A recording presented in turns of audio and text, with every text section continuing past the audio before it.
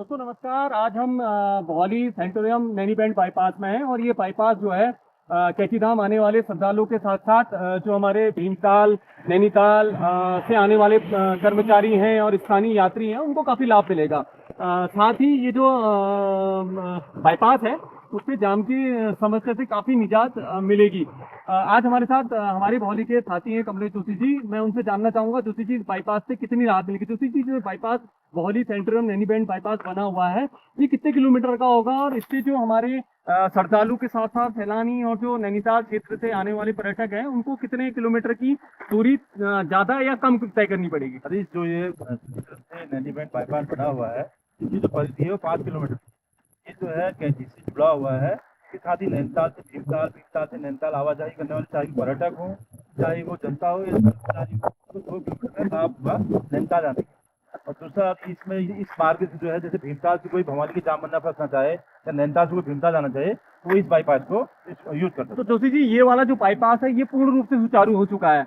इसमें जो नैनीताल से लोग आ रहे हैं, हल्द्वानी से लोग आ रहे हैं और साथ ही सैलानी और पर्यटक भी आ रहे हैं, उनको फिलहाल अभी कोई बाजार से होते हुए नहीं गुजरना पड़ रहा है, उनको जाम से कहीं राहत है, आपका ये कहना है? बिल्कुल, इस मार्ग के बनने के बाद भवानी से नैनीताल जाने वालों को भवानी से नहीं गुजरना पड़ रहा है। वो इस मार्ग का यूज कर रहे हैं तो इसका लाभ ले रहे हैं और नैनीताल से भीमताल की तरफ आने वाले लोग इसी मार्ग से भीमताल की तरफ। अब दूसरी जगह जोशी जी, हम दूसरे बाईपास की बात करें, सेंटोरियम जो राती घाट है वो 19 किलोमीटर की परिधि पे है। 8 किलोमीटर की परिधि पे वो बाईपास पूर्ण रूप से बन चुका है और जो आगे 11 किलोमीटर का है उसमें ब्रिज बनने हैं और अन्य काम होने हैं। तो आपको क्या लगता है कि जो बाईपास जो इस साल लास्ट तक का प्रशासन और जो लोक निर्माण विभाग के अधिकारियों का कहना है कि जो बाईपास है वो इस साल लास्ट तक का बन जाएगा। अगर बाईपास इस साल के लास्ट तक का बनेगा तो वो कितने किलोमीटर की परिधि में उनको सैलानियों के साथ स्थानीय यात्रियों को दूरी तय करनी पड़ेगी? हरीश, वो जो मार्ग है अभी लगभग 7-8 किलोमीटर अभी बनना है और उसके लिए विभाग लगा हुआ है और ये लगता है कि दिसंबर जनवरी तक वो मार्ग पूरा बन जाएगा। तो उसमें 4 किलोमीटर की जो कहा जा रहा है कि भौली और जो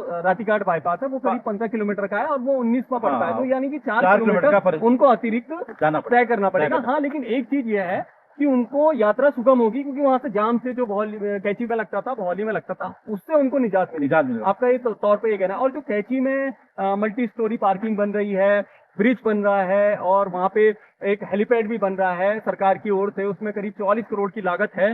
तो आपको लगता है कि उसके बनने से तो जो कैची धाम में भी जो हल्का पाइप जो बड़ा जाम लगता था वो अब सीमित होगा? हरीश, बिल्कुल उससे लगने से, क्योंकि लगभग 600 गाड़ियों की पार्किंग बन रही है क्योंकि कैची में जो है पार्किंग की कहीं कोई व्यवस्था नहीं है। तो उस पार्किंग को बनने के बाद जो है 600 गाड़ियां वहां पर पार्क होंगी तो जाम से कहीं हद तक उससे निजात मिल जाए।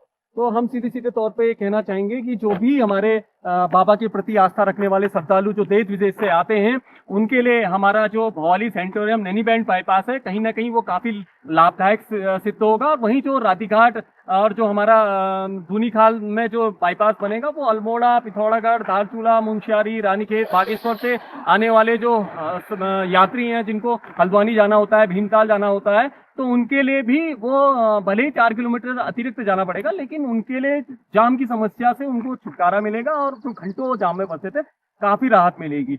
और हम इतना भी आपको बताना चाहेंगे कि पर्यटन सीजन शुरू हो चुका है और इस मार्ग से वाहनों की आवाजाही पूर्ण रूप से सुचारू है।